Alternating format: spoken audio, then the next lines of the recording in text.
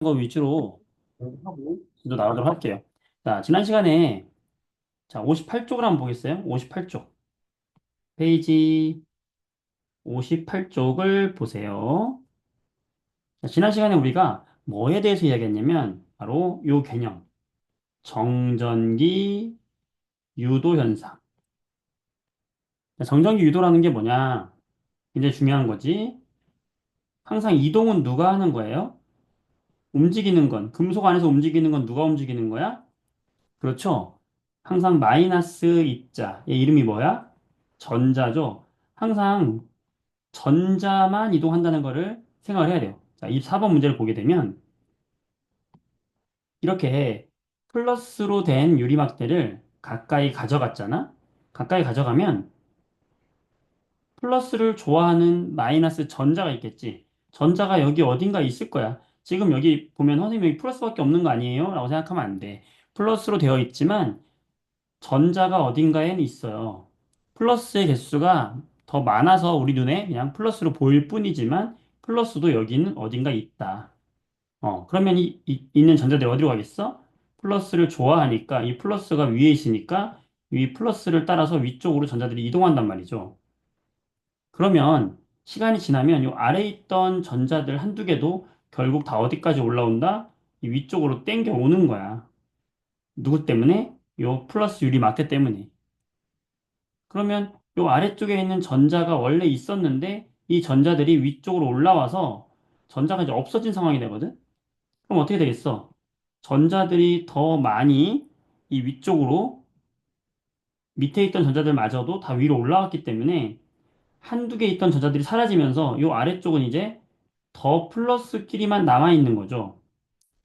한두 개의 방해하는 전자도 없어지는 거야. 따라서 금속박이 더 벌어지게 됩니다.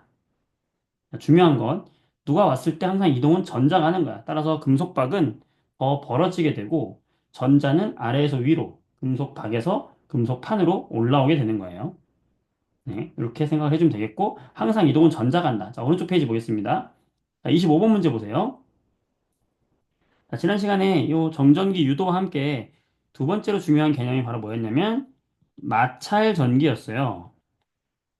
자, 마찰 전기는 다른 말로 하면은 정전기하고 같은 표현이다.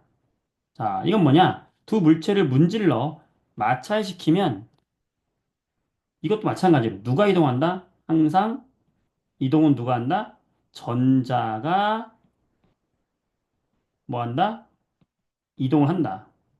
지금 보면 이 고무풍선과 헝겊을 문질렀더니 마찰 후에 어떻게 됐어? 여기 있는 마찰 전에 있던 헝겊에 있던 전자가 위로 더 많이 옮겨간 걸 알 수 있죠. 그럼 옮겨가면 여기 있는 전자가 더 위로 옮겨가면 하나라도 전자가 많아진 위쪽은 뭐가 된 거냐면 얘는 마이너스로 되는 거야, 마이너스. 그럼 아래쪽은 전자가 부족해지니까 얘는 뭐가 된 거야? 플러스가 된 거죠.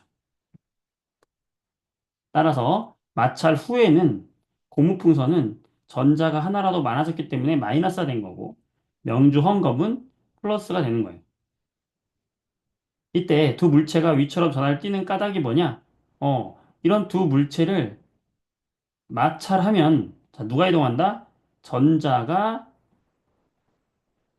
이동해서 어, 마이너스 플러스 전하를 띠게 된다. 요 말만 들어가면 이 말은 서술형은 정답이 되는 겁니다. 아시겠죠? 자, 그 다음에 59페이지에 여기 2번 문제도 보도록 할게요. 자, 대전되지 않은 음박구를 접촉했어. 자, 중요한 건 이 음박구 두 개를 이렇게 붙여놨잖아. 붙여놓으면은 여러분 이게 그냥 하나의 금속이라고 보면 됩니다.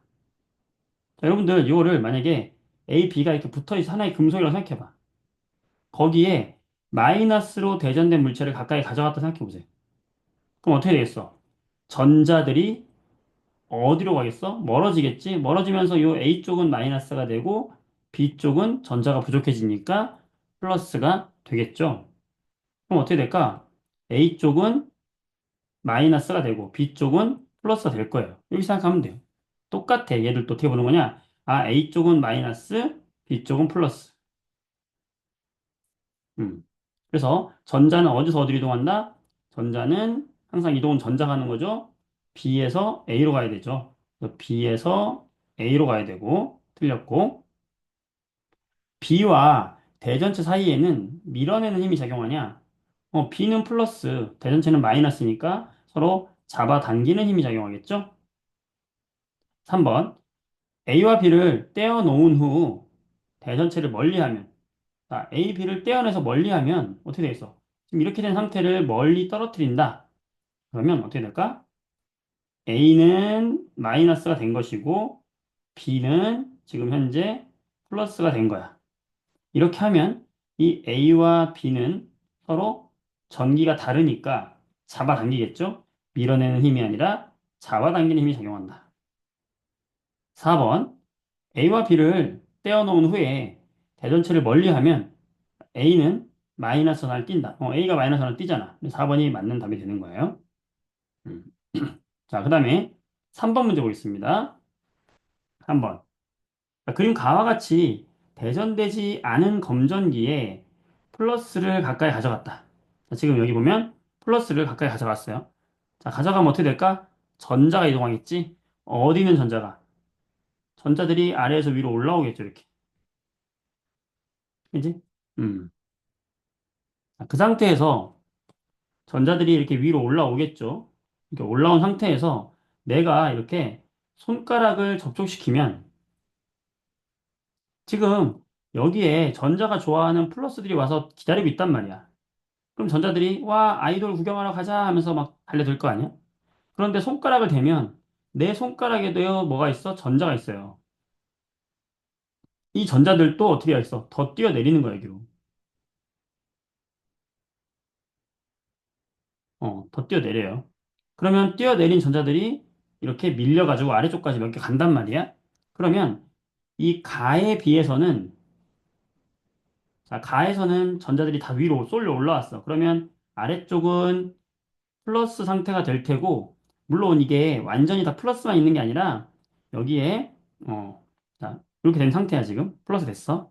이 상태에서 손가락을 대면은, 손가락에 있는 전자가 아래로 점프해서 내려오면서, 요 아래쪽까지도 전자가 침투한단 말이야. 물론, 플러스도 있죠. 하지만, 가에 비해서는 전자의 방해를 받으니까 더 벌어지지 않고, 이때는 어떻게 될까? 약간 처음보다는 오므라들겠죠. 왜냐면 여기에는 지금 전자가 들어왔기 때문에 그렇죠.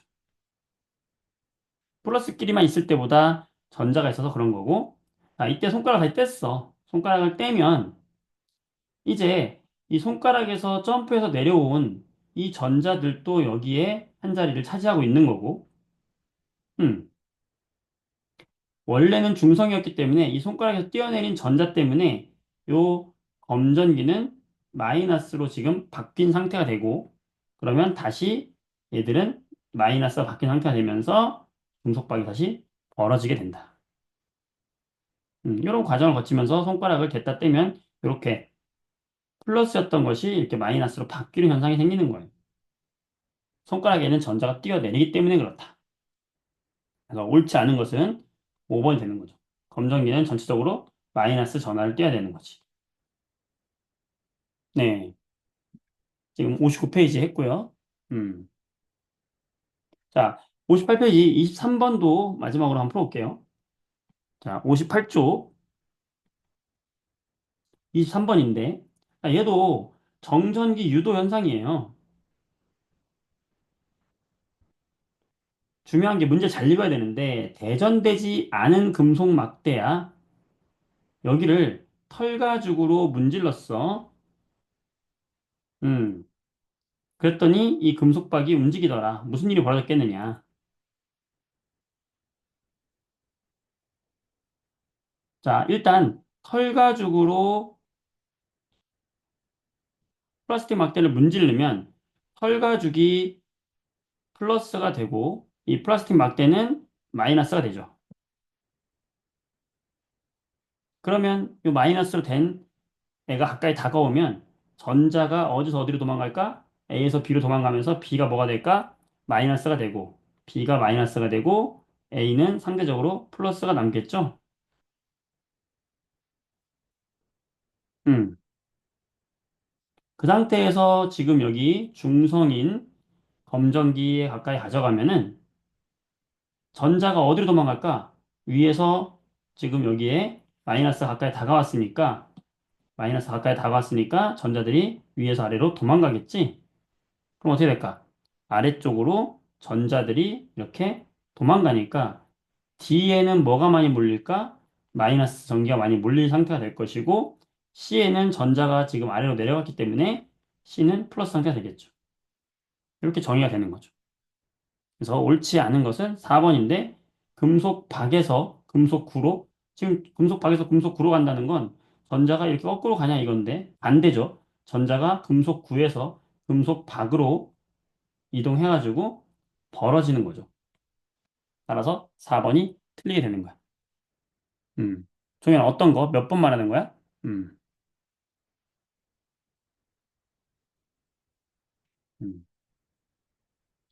3번이요?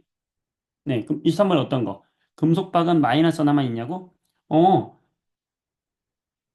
늘 얘기하지만 봐봐. 늘 얘기하지만 지금 얘도 지금 현재 중성이라고 했고 얘도 지금 처음에 중성이라고 했어요. 그 얘기는 뭐냐면 플러스와 마이너스 플러스 마이너스 개수가 똑같다는 거야, 처음에. 그런데 시간이 지나면 플라스틱 막대가 다가오면 이 마이너스 막대가 다가오면 어떻게 된다? 이 마이너스 입자들이 B 쪽으로 몰려가니까 우리가 눈으로 볼 때는 플러스는 원래 제자리에 있는 거예요. 그런데 마이너스가 어디로 간 거야? 지금 B 쪽으로 도망친 거예요, 이렇게. 그래서 우리가 볼 때는 B 쪽이 뭘로 보여? 마이너스로 보이는 거고 A 쪽은 뭘로 보여? 플러스로 보이는 거예요. 금속 구도 마찬가지야. 플러스 마이너스가 같이 중성으로 있어요. 근데 여기에 마이너스 전자가 다가오니까 이 전자들이 어디로 가는 거야? 금속 박 쪽으로 내려가는 거지. 도망치는 거야. 도망치면 어떻게 될까? 전자들이 내려와서 여기 금속 박에 마이너스가 되고 금속 구가 플러스가 되는 거죠. 근데 선생님, 그럼 금속 박에는 마이너스만 있냐? 그건 아니에요. 여기다 표현하진 않았지만 여기에 마이너스가 좀 많이 있을 뿐이지 플러스도 한두 개 있어요. 있지만 우리 눈에는 하나라도 많은 게 눈에 보이는 거예요. 상대적으로 많은 거예요. 네.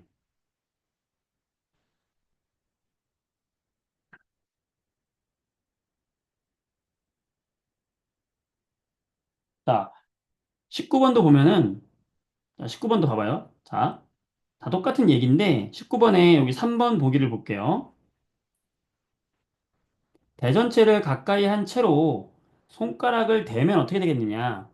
자, 지난 시간에 얘기했잖아. 지금 플러스 대전체가 가까이 다가왔어요. 그러면 누가 이동한다? 전자가 이동하는데 이 전자가 플러스를 좋아하니까 어디로? 금속 판 쪽으로 전자들이 이렇게 대부분, 모두는 아니지만 대부분 모인다고요. 이 상태에서 손가락을 이렇게 갖다 대면은 내 손가락에 있는 전자가 항상 이동은 전자가 하는 거야. 근데 플러스가 여기 기다리고 있으니 이 전자들이 플러스를 만나러 점프하러 가는 거야. 이렇게. 그래서 들어오는 겁니다, 전자가. 알겠어? 그러니까 플러스가 있을 때는 들어오는 거예요. 음.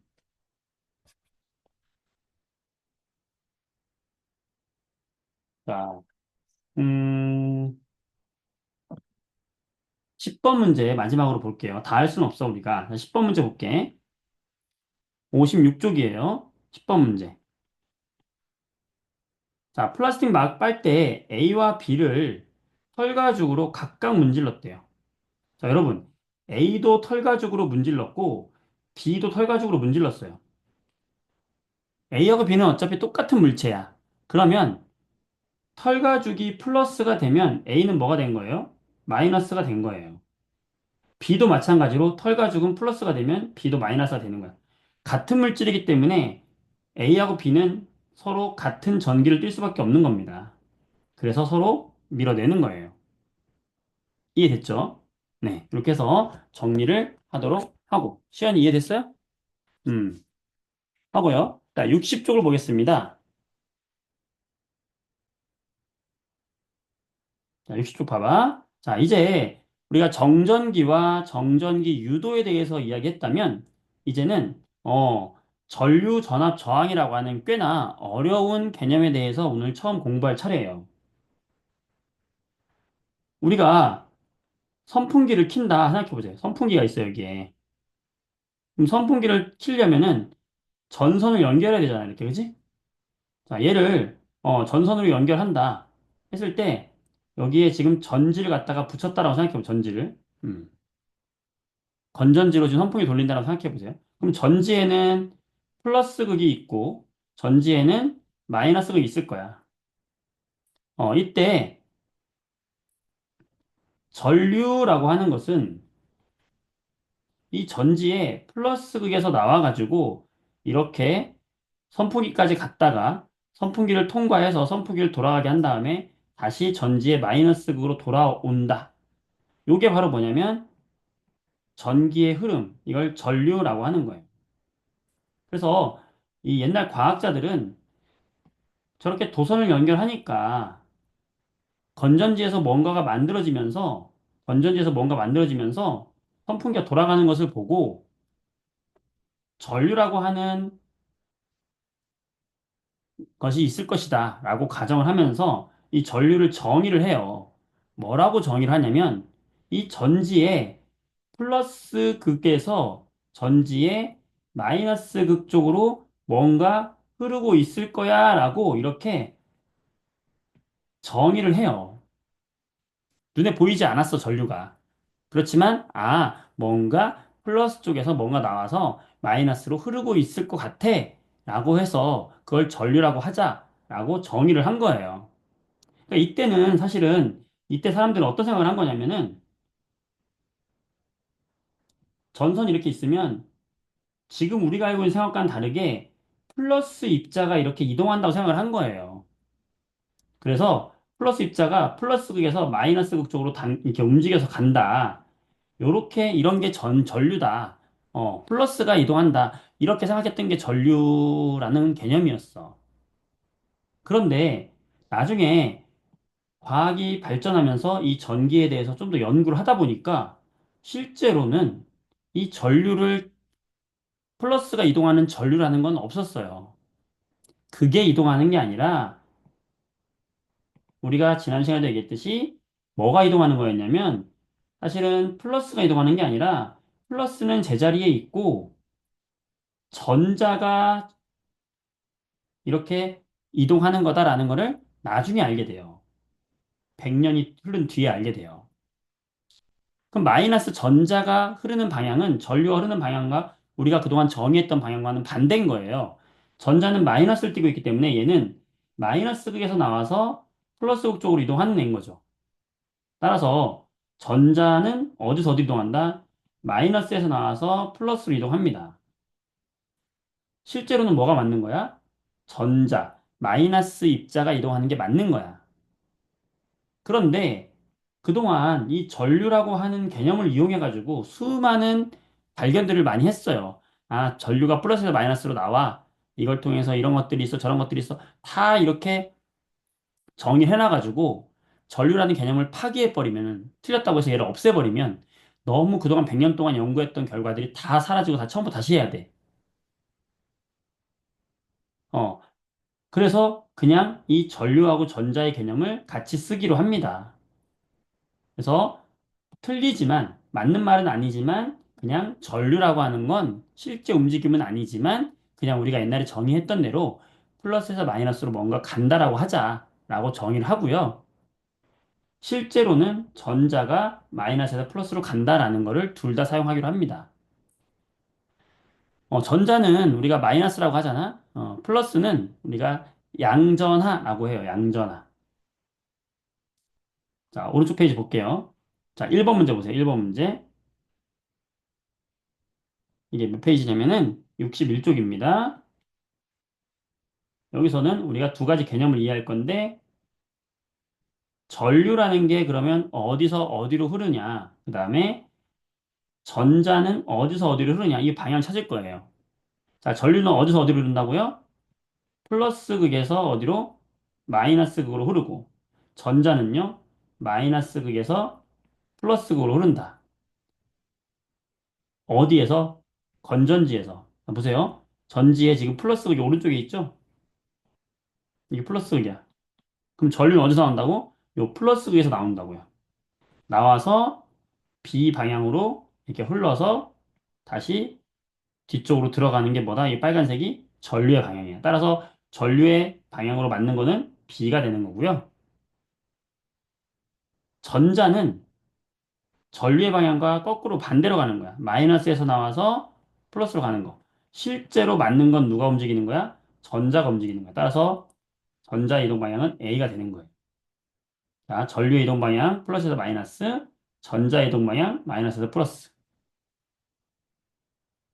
자, 그래서 이 전류의 정의를 보게 되면 뭐라고 하냐면 전류라고 하는 것은 정의가 이거야. 전하의 흐름을 말하는 거야. 전하. 여기서 말하는 전하라고 하는 건 플러스 마이너스를 띠고 있는 입자들을 우리는 전하라고 하거든. 그러니까 이런 플러스나 마이너스 뭔가 흐른다. 뭔가 흐름이 있다. 이걸 우리가 전류라고 하는데 전류의 단위는 A를 쓰면서 암페어라는 걸 써요. 단위로. 그래서 전류는 플러스에서 마이너스로 가는데 전자는 마이너스에서 플러스로 간다. 전류는 플러스에서 마이너스로 간다. 근데 실제로는 우리가 전류와 전자를 둘 다 사용하고 있긴 하지만 실제로는 누가 움직이는 거다? 전자가 움직이는 거예요. 그래서 여기서 보면 조그만 게 지금 전자거든? 전자? 전류가 흐르지 않을 때에는 이 전자들이 금속 내부에서 그냥 자기 맛대로 아무 방향이나 막 움직이고 있어요. 불규칙하게. 그런데 전류를 흐르게 만들어주면은 바로 전자가 움직이는데 전자가 어디서? 전자는 어디서 움직이는 거죠? 마이너스 쪽에서 어느 방향으로? 플러스 방향으로 움직이는 거기 때문에 일렬로 쫙 배열돼서 전자들이 이동하는 걸 볼 수가 있어요. 그래서 전류가 흐르지 않을 때는 움직이지 않고 전류가 흐를 때는 움직인다. 누가? 전자가. 이게 뭐다? 전류예요. 전류. 자, 이 전류의 전이 뭐야? 전하야, 전하. 전하 또는 전기. 류가 뭐냐면 해류할 때 흐름이다 이거야. 그러니까 전하의 흐름. 도선에서 전하가 흐르는 걸 전류라고 하는 거야. 자, 2번 문제 보겠습니다. 오른쪽 페이지 2번 문제. 전자들이 운동하는 모습이다. 자, 이거는 전류가 흐르는 모습이에요. 흐르지 않는 상태예요. 전류가 흐르는 상태야. 전자가 흘러야 전류도 흐른다고 보는 거죠. 그래서 지금 전자가 지금 어디서 어디로 흘러요?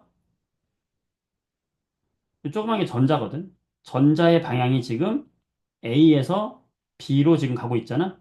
그러면 A 쪽이 무슨 극이 되겠어? 마이너스 극이 되는 거고 B 쪽이 무슨 극이 되는 거야? 전지의 플러스 극 쪽이 되는 거야. 그래서 전지의 마이너스 극에서 전자가 나와서 전지의 플러스 극 쪽으로 가는 거예요. 따라서 A는 마이너스 극 쪽에 있는 것이고 B는 플러스 쪽에 있는 것이야. 될까? 음. 자, 그 다음에 우리가 지금 전류라는 거 했죠, 전류. 전류는 한마디로 말하면 전기의 흐름이야. 그래서 전기의 흐름을 우리가 이렇게 쉽게 비유하는 게 물의 흐름에다 비유를 하거든. 수도관에 물이 이렇게 흘러요. 음, 얘나야, 얘나 말이 정확히 맞아요. 얘나가 어떤 질문을 했냐면 전류가 흐를 때 전자는 전류의 반대 방향으로 움직인다고 보는 거냐? 전류가 흐를 때 전자는 전류의 반대 방향으로 움직인다고 보는 거야. 어, 실제로는 전자가 움직이는 게 맞고 전류의 흐름이라는 건 사실은 없어. 그런데 실제로는 전류의 흐르는 거에 반대 방향으로 움직인다라고 우리가 둘 다 사용한다. 자, 전류를 전기 흐름으로 보는 건데, 그러면, 봐봐. 이게 지금 전지가 있고, 여기 전지가 있어요. 전지에서 지금 이 화살표 방향이 뭐의 방향이에요? 이게 지금. 전류의 방향이야? 전자의 방향이야?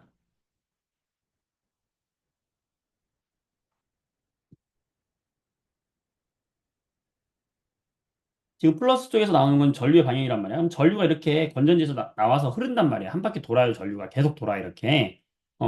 계속 돌거든? 그때 전류가 항상 도는 건 아니에요. 전류가 그러면 나올 수 있는 전류를 밀어주는 어떤 힘이 필요해요. 이 전류를 전지 내부에서 전류를 팡팡하고 밀어줘요. 전류를 잘 흐르게끔 밀어주는 힘, 밀어주는 압력. 이걸 우리가 뭐라고 하냐면 전압이라고 하는 거야. 전기의 압력이다라고 하는 거예요. 그러니까 전압이 있어야 전류가 흐르는 거야. 전압은 뭐다? 저 전류를 밀어주는 힘이에요. 전압은 전류를 흐르게 해주는 능력을 말하는 거야, 전압은. 따라서 더 세게 밀어주면 전류가 더 세게 잘 흐르는 거야. 이게 뭐냐면 전압이에요. 알겠어? 자, 그래서 우리가 이 전압과 전류를 물의 흐름에다가 비유를 많이 하거든. 어, 지금 수도관에 물이 흐르고 있어요. 그러면 이 흐르고 있는 수도관에 물 있죠, 물. 이 물이 지금 수도관 내부를 흐르는데 바로 이 물이 뭐에 비유되는 거겠어? 바로 전류에 비유되는 거예요. 그리고 지금 여기에 물이 떨어지면서 물이 높은 곳에 떨어져. 떨어지면서 지금 물레방아를 돌린다고 생각을 해보자. 그러면 여러분들 물이 더 세게 흐르면 이 물레방아가 더 빠르게 돌겠죠? 그러면 이 물의 세기를 어떻게 할수록 물의 세기가 더 세지냐면은 얘를 더 높은 데서 떨어뜨리면 물을 더 높은 곳에서 떨어뜨리면은 물살이 세지겠죠? 바로 이 물의 높이에 해당하는 게 뭐냐면 물을 밀어주는 힘하고 비슷한 거기 때문에 물의 높이에 해당하는 게 바로 전압이 되는 거예요. 높은 곳에 있는 물이 떨어지면 물레방아를 더 세게 잘 돌릴 거 아니야. 낮은 곳에 흐르는 물이 잘 돌려요. 저 높은 곳에 떨어지는 폭포가 더 잘 돌려요. 폭포가 더 잘 돌리잖아. 그것처럼 물의 흐름을 전류라고 했을 때 물의 높이는 전압의 비유가 되는 거예요. 이해가 될까? 자, 물의 흐름이 전류야? 그러면 물의 흐름을 빠르게 해주는 게 뭐냐? 더 높은 곳에 있는 떨어지는 물의 높이가 더 높을수록 물의 흐름이 더 빨라지니까 물의 흐름이 전압이 되는 거야. 왜? 전압이 세면 전류를 더 잘 흐르게 해주는 거거든. 그 얘기는 물을 더 빠르게 흐르게 해주는 물의 높이 차이가 곧 전압과 비슷하다라는 거예요. 자, 오른쪽 페이지를 봐봐. 물의 흐름과 전류를 비교를 한번 해보면, 자, 물의 흐름에서 이 물의 흐름은 뭐에 비유된다? 바로 전류에 비유된다. 요건 이해되죠? 그 다음에 물이 흘러가지고 물레방아를 돌리는 것처럼 전류가 흐르면 전구에 불이 켜지기 때문에 물레방아와 전구가 비례되는 거죠. 그 다음에 물이 어디를 통해서 흘러요? 수도관을 통해서 흐르잖아.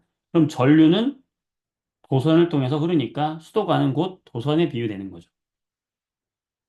그 다음에 이게 중요한 건데 바로 물의 높이 차이. 이 높이 차이가 뭐에 해당하는 거냐? 바로 전기를 흐르게 해주는 능력, 전압에 비유되는 거예요. 물을 더 높은 곳에서 떨어뜨리면 물살이 세지는 것처럼 전압을 더 센 걸 사용하면 전류가 더 세게 흐르는 거예요. 그 다음에 그러면 물의 높이를 조절해주는 물질이 뭐예요? 펌프란 말이에요. 펌프. 이 펌프가 물을 끌어다가 높이 올려주는 거거든. 이 전압을 만들어주는 장치가 바로 전지라는 거예요. 따라서 펌프의 역할은 곧 전지가 되는 거예요. 마지막으로 밸브가 있는데 이 밸브는 뭐야? 물이 흘렀다 안 흘렀다를 조절하는 게 밸브잖아요. 우리 전기회로에서 뭐가 있겠어? 그런 게 스위치죠. 그래서 요거를 비교를 할 줄 알아야 된다. 자, 3번 문제 보겠습니다. 3번. 자, 여러분이 한번 생각을 해보세요. 자, 펌프는 뭐에 비유될까요? 전자가 다 닳진 않아요. 전자는 계속해서 순환하는 거야. 사라지지 않아요. 자, 3번에 1번. 펌프는 뭐에 해당하죠?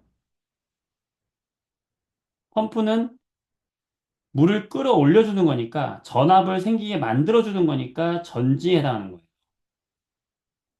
자, 흐르는 물은 뭐예요? 이거 쉽죠? 물은 전류죠. 자, 물이 흘러서 물레바가를 돌리듯이 전류가 흘러서 전구에 불을 켜주는 거죠.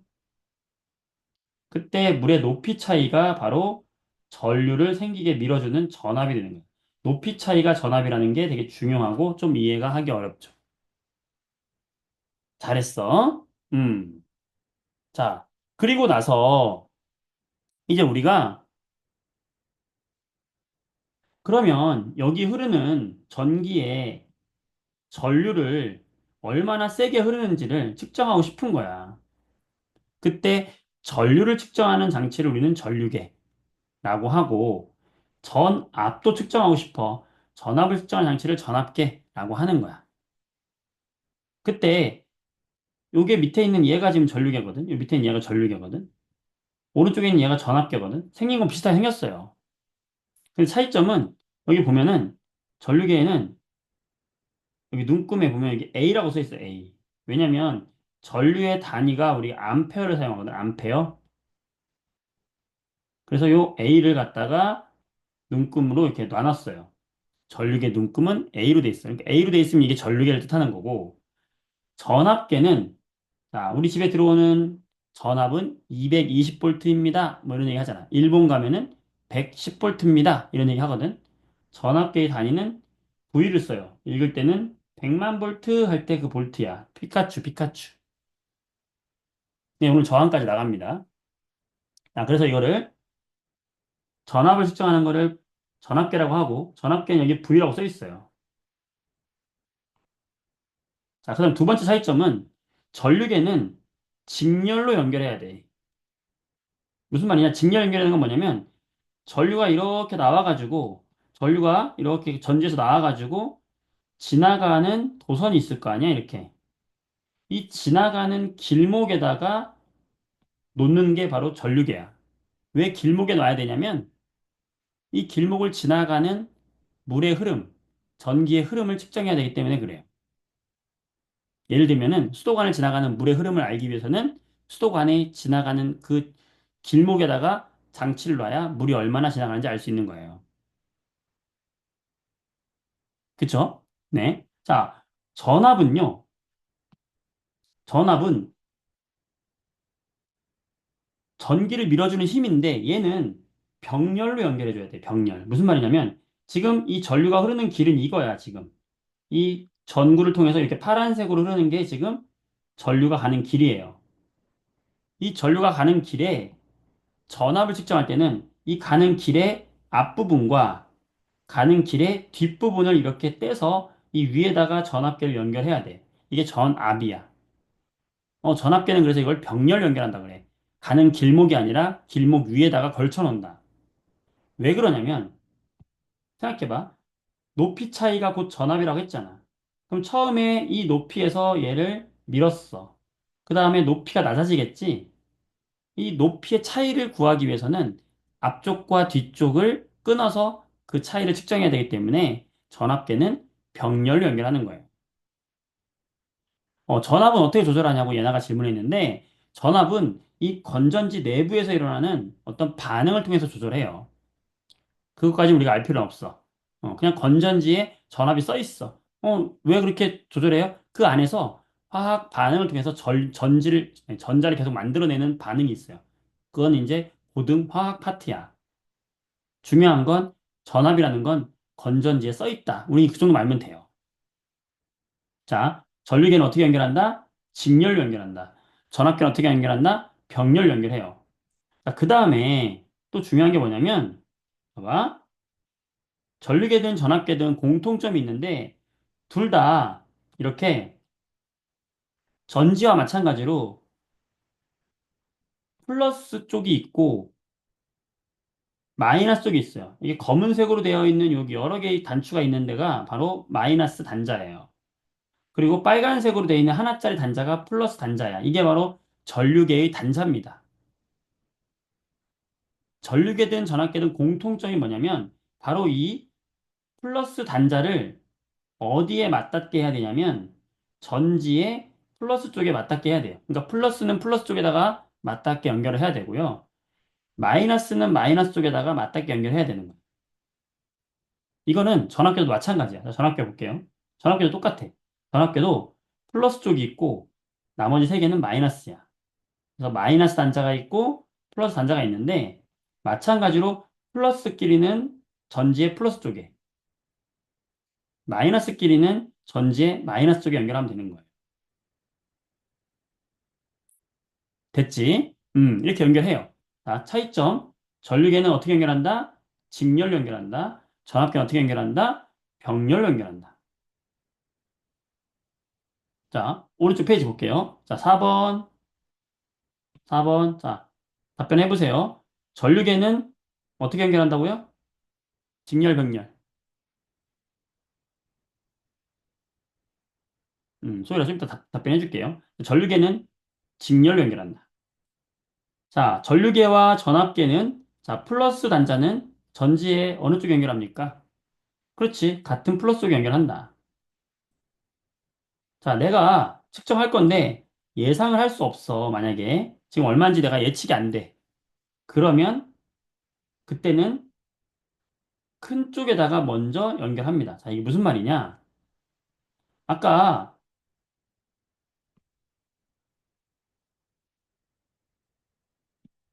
요 전지에 보면은 단자가 지금 요 빨간색에 플러스 단자가 있고 검은색에 지금 뭐가 있어? 마이너스 단자가 있다 그랬죠? 여기 마이너스 단자라고 했지? 마이너스 단자에는 단자가 3개가 있어요. 2개 또는 3개가 있어. 근데 거기에 숫자가 써 있어요. 숫자가 써 있는데 전압계를 예를 들면 3볼트, 15볼트, 30볼트 3개가 있어. 이때 내가 측정하는 값이 예측이 안 될 때는 가장 큰 쪽에다가 먼저 연결한다 이 뜻이에요. 왜 그러냐면 몰랐는데 여기에 전압이 예를 들어서 뭐 20볼트의 전압이 흐른다고 해봐요. 20볼트라고 한번 해보자.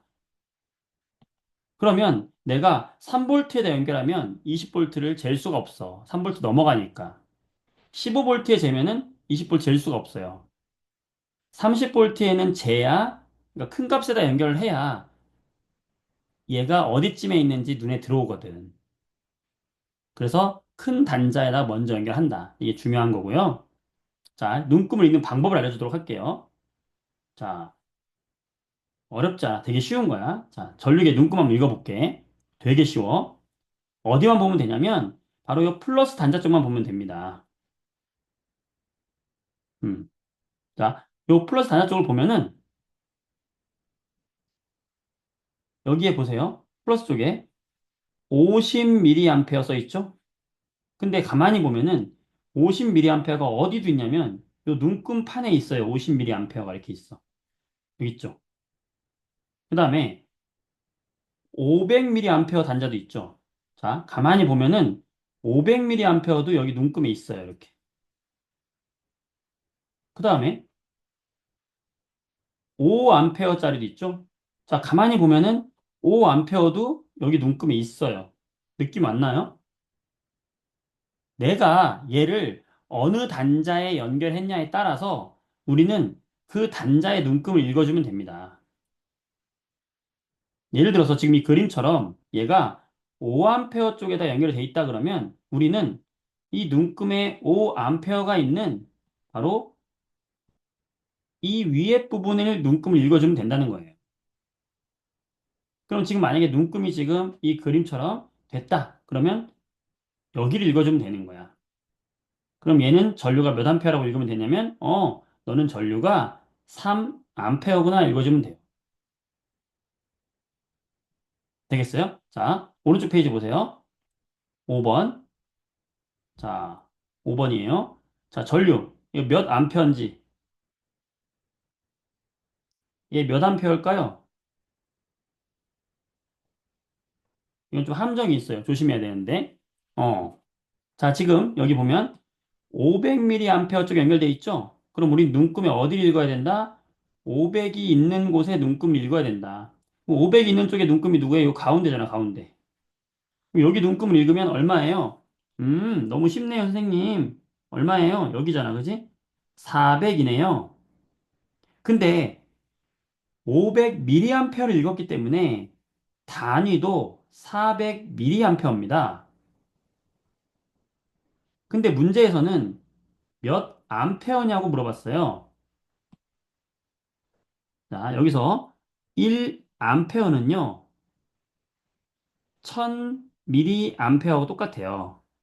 이걸 이용해야 돼. 자, 1암페어는 1000mA야. 그러면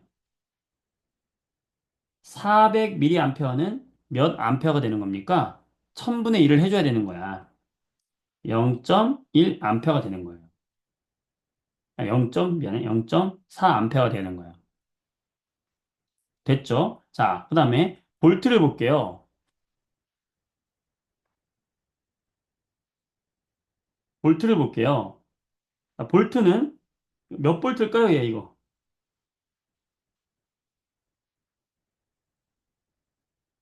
한번 해보세요. 어떻게 하면 돼? 15볼트 연결되어 있지? 그럼 어디 읽으면 돼? 여기 15볼트가 포함된 이 줄을 읽으면 되는 거야. 그러면 잘 보자. 선생님 눈금에 숫자가 안 써 있는데요? 안 써 있어도 할 수 있어요. 왜? 여기가 10이고 이쪽이 15인데 딱 그 사이에 있잖아. 그거 얼마야? 12.5가 되죠. 12.5볼트.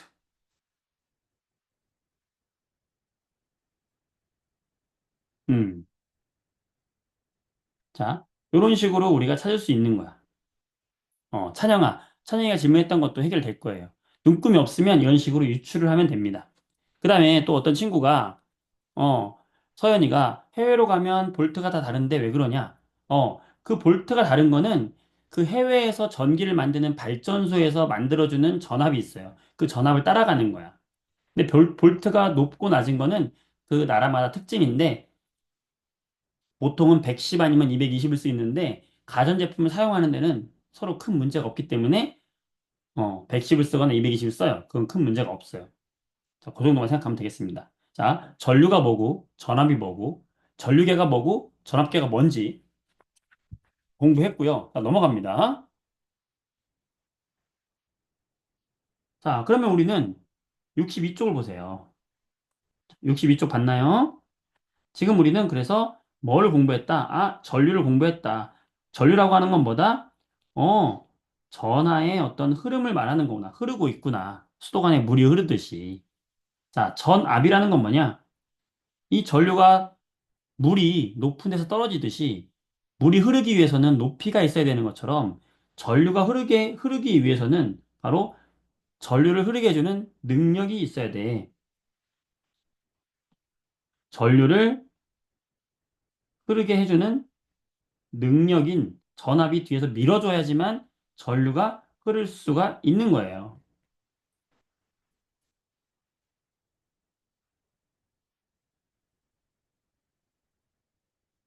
그러면 마지막 저항이 뭐냐? 저항은 여러분들 군인들이 막 우리를 막 밀어붙이려고 그래. 그러면 우리가 어 밀지 마세요 하면서 앞에서 막 저항하지, 그치? 그걸 뭐라 그래? 저항 세력. 똑같아요. 전기도 전기도 이 도선을 구성하는 구리 이게 구리선이라고 한번 해봐. 그러면은 이 구리를 구성하는 원자들이 다 이렇게 구성되어 있을 거 아니야? 근데 여기를 누가 흘러가겠어? 전자들이 요 원자 사이를 비집고 지나가야 될 거 아니야. 그게 바로 전자의 흐름이잖아. 전류가 생기는 이유이기도 하고요. 그러면 이 원자들이 막 조밀조밀하게 있으면 있을수록 충돌을 많이 하겠지. 그래서 충돌을 많이 할수록 전류가 잘 흐르지 못하는 거예요. 그래서 저항이라는 건 뭐냐면 이 전류가 흐르는 거를 방해하는 정도의 크기를 우리는 저항이다라고 하는 거예요. 방해하는 거예요. 그래서 저항의 단위는 우리가 이렇게 그림처럼 쓰고 오메가라는 기호를 쓰고 이걸 읽을 때는 옴 이렇게 읽어요. 옴. 자, 저항이 왜 생기냐? 바로 여기에 밑줄 쳐보세요. 주관식으로 잘 나오는 문제거든. 뭐냐? 저항이 왜 생기냐? 바로 전자들이 이동하면서 원자와 충돌하기 때문에 생기는 거예요. 누가 이동하면서? 전자들이 이동하면서 뭐와 충돌하기 때문에? 원자와 충돌하기 때문에 생기는 게 바로 뭐다? 전기 저항이에요. 자, 그러면 저항은 언제 달라지느냐? 첫 번째, 물질의 종류가 다르면 저항이 달라요. 왜냐하면 원자와 충돌을 하는 게 저항인데 원자가 종류가 달라지면은 충돌하는 정도가 다를 거 아니야. 따라서 구리선과 은으로 된 선이 있다고 했을 때 여러분들 은이 더 전류가 잘 통과해요. 구리보다. 왜 그러냐면 은이 방해하는 정도, 즉 저항이 은이 작아요. 어. 모든 금속은 저항이 없을 수가 없어. 왜냐면 전부 이렇게 원자들이 존재하기 때문에 저항은 무조건 생기는 거야. 저항에 의해서 충돌하니까 저항이 있기 때문에 우리가 전선에서 열이 발생하는 거야. 그러니까 저항이 있기 때문에 열이 발생하는 거예요. 자, 금이나 은은요, 저항이 매우 작아요. 그래서 금이나 은을 쓰면은 이렇게 전류가 훨씬 더 잘 흐르게 만들 수가 있어. 전선을. 근데 왜 금이나 은을 쓰지 않나요? 비싸서 안 쓰는 거야. 가격을 생각하지 않으면 우리보다 훨씬 전류를 잘 흐르게 해줘요. 어. 여러분들 혹시 요즘 유행했던 초전도체라는 거 들어봤죠? 이 초전도체가 뭐냐면 금속인데 초전도체로 금속을 만들잖아? 만들면 전자가 이렇게 통과하는데요. 어, 저항이 0이야. 여러분, 저항이 0인 거 상상해 봤어요? 저항이 0이면 무슨 말일까? 방해를 아예 받지 않는다는 거예요. 방해를 받지 않으면 열이 발생해, 안 해? 안 해요. 손실이 있어요, 없어요? 없어요. 그래서 이 물질이 전도가 엄청나게 잘 된다 그래서 초전도체예요. 이런 게 개발된다면은 정말 많은 분야에 쓰일 수가 있어요. 그래서 초전도체의 특징 중에 하나가 전기 저항이 0이 된다는 특징이 있어요. 물론 이 자석이라는 거에 초전도체가 이렇게 떠가지고 자기부상 열차를 만든다 이런 것도 초전도체 특징인데 두 가지 다 초전도체의 특징이에요. 저항이 0이 돼. 근데 이 저항이 0이 되려면 굉장히 온도가 낮아야 돼. 거의 마이너스 한 270도까지 낮아야 돼요. 그래서 만들기 힘든 거야. 그런데 왜 이게 유행이 됐었냐면은 한 마이너스 한 100도 정도 됐는데 이런 초전도 현상이 나타난 거예요. 그런 물질을 우리나라에서 발견을 한 거예요. 그래가지고 굉장히 지금 연구 중에 있다. 바로 저항이 0이 된다. 자, 그게 바로 뭐야? 저항이에요. 그래서 물질마다 저항이 다르겠지. 근데 만약에 물질이 만약에 똑같다면, 같은 물질이라면 걔들은 길이와 두께의 영향을 받아요. 자, 만약에 길이가 길어졌어. 길이가 길어지면 방해를 받아야 되는 공간이 더 많아지잖아. 따라서 길이가 길어지면 방해를 많이 받는다. 저항은 커진다. 이해돼요? 길이가 2배 늘어나면 저항도 2배 커지는 거예요. 따라서 저항이 커져요. 도선이 길어지면. 두 번째, 단면적도 있는데 만약에 이 두께가 두꺼워져요. 두꺼워지면은 저항은 오히려 작아져요. 단면적과 저항은 반대야. 선생님, 두꺼워져도 방해를 더 많이 받는 거 아니에요? 아니에요. 왜냐면, 자, 만약에 얇을 때는 동시에 지나갈 수 있는 전자가 2개라고 치면, 두꺼워지면은 동시에 지나갈 수 있는 전자가 4개가 되는 거야. 그 얘기는 무슨 말일까? 두꺼워지면은 더 잘 통과한다는 뜻이에요.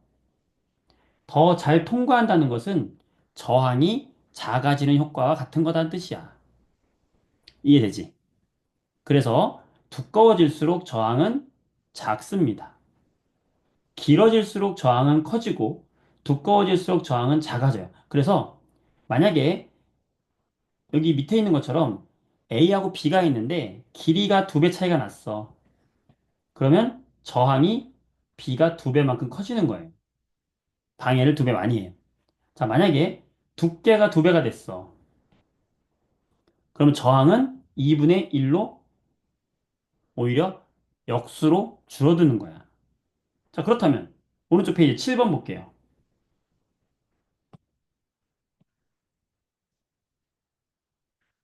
B의 저항은 A의 몇 배인가? 자, 이런 거 나오잖아? 그러면 여러분 이렇게 하면 돼요. 자, 저항은 뭐분의 뭐다? 단면적분의 길이다. 라고 하면 됩니다. 왜? 길이가 길어지면 저항도 함께 커져. 길이가 길어지면 방해를 많이 해. 두꺼워지면은 저항은 작아져.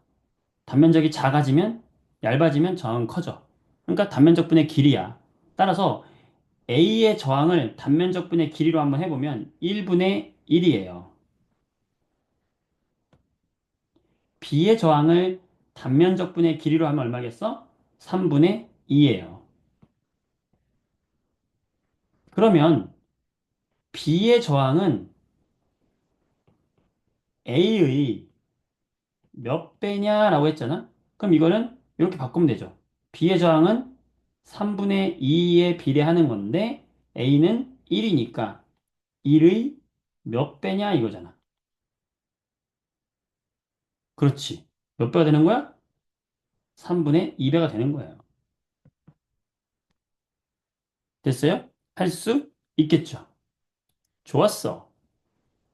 이렇게 해서 우리는 이제 뭘 한 거냐면 우리는 이제 전기 삼총사를 다 알게 된 거예요. 전기의 삼총사가 있어요. 누가 있냐? 바로 지금 이야기했던 전기의 흐름인 전류가 있고, 그 다음에 이 전류를 밀어주는 전압이 있고, 이 전류의 흐름을 방해하는 저항이 바로 얘들의 삼총사예요. 그때 이 삼총사, 전류, 전압, 저항의 단위를 다시 한번 정리를 해보면, 전류의 단위는 뭘 쓴다? 암페어를 쓴다. 전압의 단위는 뭘 쓴다? 서진아? 볼트를 쓴다. 저항의 단위 뭘 쓴다? 요렇게 쓰고 읽을 때는 ohm이라고 쓰는 거야. 자, 특히 1암페어는 1000mAh, 1볼트도 1000mV, 1ohm도 1000mΩ이라고 합니다. 이렇게 다 똑같이 되고요. 그 다음에 이 전류 전압 저항이라는 게 이게 우리말이잖아. 우리말이잖아. 근데 미국 사람한테 가서 야, 전류야. 전류 구해봐. 이러면 미국 사람이 전류? 어? 전압을 구해봐. 전압? 어? What is this? 막 이럴 거 아니야. 못 알아들어. 한국말이 어떻게 알아들어? 그러니까 전 세계 사람의 공통적으로 야, 과학자들이 약속을 했어요. 그걸 뭐라고 그래? 기호라고 하는 거야. 전 세계 사람들한테 이야기할 때는 전류라는 걸 이야기할 때는 그냥 I라고 하자. 그래야 전 세계 사람들이 알아듣는다. 자, 전압은 기호로 나타내면 V라고 하자. 저항은 R이라고 하자. 레지스탕. 여러분들 저항 세력을 레지스탕이라고 하잖아. 거기서 온 거야. 그래서 전류를 I라고 하고 전압을 V라고 하고 저항을 R이라고 하자. 이걸 기호라고 하고요. 이들을 나타내는 단위는 암페어, 볼트, ohm이 되는 거예요. 유진아, 여기까지 이해되니? 은찬이 어때? 이해됩니까? 자, 여러분들 여기까지 이해돼요? 자, 이 전기 삼총사는 서로 어떤 관계가 있을까요, 동윤아? 고마워. 자, 한번 생각해보자. 첫 번째로 전압과 전류는 어떤 관계가 있을까? 생각해볼게요. 자, 여러분, 전압이 커지면 전류는 커질까요? 작아질까요? 한번 추리를 해봐. 어떻게 되겠어? 같이 커지겠죠. 왜요? 전압이라는 건 전류를 밀어주는 힘이잖아. 따라서 전압은 전류와 뭐 하는 거야? 비례하는 거죠. 아, 전압이 두 배가 되면, 음, 전압이 두 배가 되면 전류도 두 배가 되는 거예요. 유연아, 재밌지? 자, 선생님은 암기를 싫어해요. 이해가 중요하단 말이야. 암기도 필요하지만 무조건적인 암기는 절대 반대. 이해를 하고 암기를 합시다. 자, 그 다음 두 번째. 자, 요건 어떨까요? 저항과 전류는 서로 어떤 관계가 있을까? 자, 저항이 커. 어떤 도선에 저항이 점점 커져. 그럼 전류는 잘 흐르겠어? 못 흐르겠어? 준서야, 고마워. 잘 흐르지 못하겠죠. 그러니까 저항과 전류는 비례하겠어? 반비례하겠어? 반비례하는 거예요. 자, 요걸 그래프로 한번 그려볼게요. 여러분들 그래프 싫어하는 거 아는데 그래프로 한번 그려보자. 두 가지만 그래프로 한번 그려볼게요. 자, 그러면 전압과 전류의 그래프를 그려보면 어떤 그래프가 나오겠어? 이런 비례 그래프가 나오겠지. 전압이 커지면 전류도 잘 흐르니까. 두 번째, 저항과 전류 그래프는 어떻게 되겠어? 반비례 그래프. 이런 그래프가 나오겠죠. 저항이 커지면 전류는 오히려 작아지니까. 와우. 너무 재밌지 않니? 자, 그리고 이걸 통해서 이 셋의 관계를 알아냈어요. 어떻게? 자, 보세요. 아, 오늘의 주인공이 전류라고 하면은 이 전류라고 하는 녀석은 전압에는 비례하는구나. 저항에는 반비례하는구나. 그래서 우리는 어떤 식을 얻을 수 있냐면 바로 전류는 저항분의 전압이라는 식을 얻을 수가 있는 거예요. 이해돼? 자, 그러면 문제를 풀어볼게요. 8번 문제 풀어보겠습니다. 8번. 자, 8번에 보면은 지금 여기에 흐르는 뭘 구하라는 거냐면 전류가 몇 미리 암페어인지 구해라. 이게 문제거든. 자, 그러면 지금 1.5볼트 얘는 뭐예요? 전압이고 150ohm이라고 하는 이 전구는 뭐예요, 이게? 저항이에요. 자, 그러면 전류와 전압과 저항의 관계식을 써가지고 거기다 넣어주기만 하면 되는 거야. 서빈아, 바로 답해줄게요. 자, 먼저 이거 하고서는. 자, 전류는 뭐 분의 뭐라고요? 저항분의 전압입니다. 왜냐면 전압에는 비례하고 저항에는 반비례하기 때문이죠. 맞지? 그래서 이 식은 전류는 저항분의 전압이야. 그럼 넣어주면 되는 거야. 저항이 얼마야? 150이에요. 전압이 얼마야? 1.5예요. 자, 그럼 얼마야? 0.01 단위는 암페어가 되는 거죠. 그럼 이걸 바꿔주면 되는 거야. 미리암페어로. 몇 미리암페어? 10미리암페어죠. 왜냐면 우리가 1암페어는 1000미리암페어잖아요. 도민이 이해됩니까? 거속시랑 똑같아요. 맞아. 거속시랑 똑같아. 어. 그래서 이거를 거속시처럼 외워도 돼.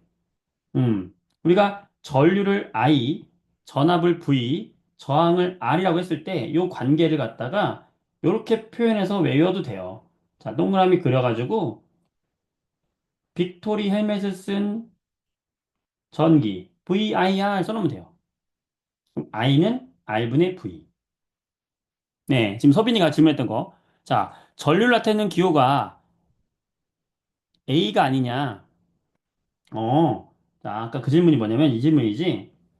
자, 여기서 선생님이 얘들아, 전류는 기호로는 I라고 하고 단위로는 암페어를 쓴단다라는 건 뭐냐면 이런 거야. 자, 여러분들,